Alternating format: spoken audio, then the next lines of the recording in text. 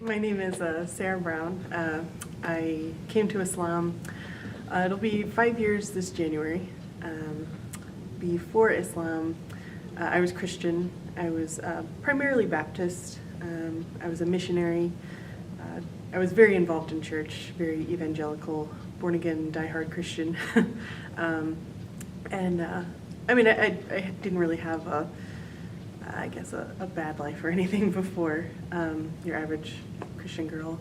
And then I came to Islam, again, almost 5 years ago.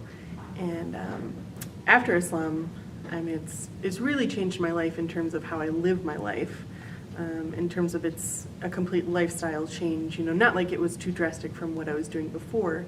It just, the religion is really, really part of my life now. And I'd say that reactions from people since becoming Muslim, like my family didn't really understand it, but I mean now they've come around a bit more. But people in general are kind of confused by me since I am a white American but Muslim. They always assume I'm from somewhere else or my parents are from somewhere else. But I mean, people have been pretty good. I mean, of course, I've had nasty comments, but you just have to let them roll off your back. But yeah, otherwise, yeah, it's been pretty good. Lots of people are really positive, lots of positive reinforcement. A lot of people I think are more open-minded than I guess, the news kind of likes to paint things. There's a lot of, Christians, Jewish people, of any faith, who are very supportive of Muslims and just believe in people being able to practice their religion and not to be criticized for it. What was the number one thing that brought you to Islam? I would say just the concept of one God, that there wasn't anyone else I had to go through to get to God. It was just God. When I pray, it's just me and Him. That's it. And that I think was the most important thing. And then, of course, also that it's a complete lifestyle thing. So. What would you consider was your greatest challenge in converting to Islam, and also the greatest reward in now being a Muslim?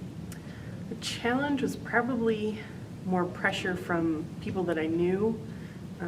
Everyone's like, oh, you don't want to do that. You don't know what that is. What people do, and the men in that religion, they're horrible. And it's like, well, okay, separate the people from the religion. And but I mean, coming to Islam, I'd say the best thing, I would say everything that everyone said it was just confirmed that it wasn't. That it is peaceful, that people are good, who genuinely practice the religion.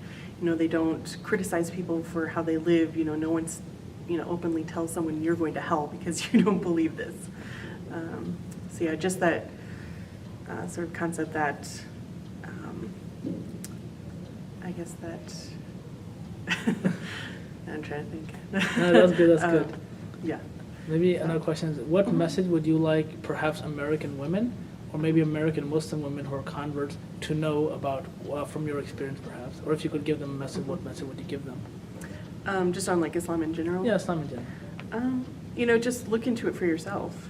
If it's something that you're confused about, that you don't know about, maybe if you just completely are against it, just stay open-minded. I was open-minded even though I was told not to be. And I had to go against that. And there's nothing wrong with that. There's nothing saying that you're a bad Christian or, whatever religion you're a part of. It just means that you're willing to learn something new about something that you are completely unfamiliar with. Just ask a Muslim, essentially, ask someone who practices the religion, what it's about. Go to a mosque if you can, go just pick up a book on Islam, pick up the Quran. There's lots of them in English, good translations. And then for any reverts, pretty much the same thing. Ask someone. So don't just assume. Do you have any closing remarks or anything else you would like to say? I think that's it. All right. Okay. Thank you so much. Yeah.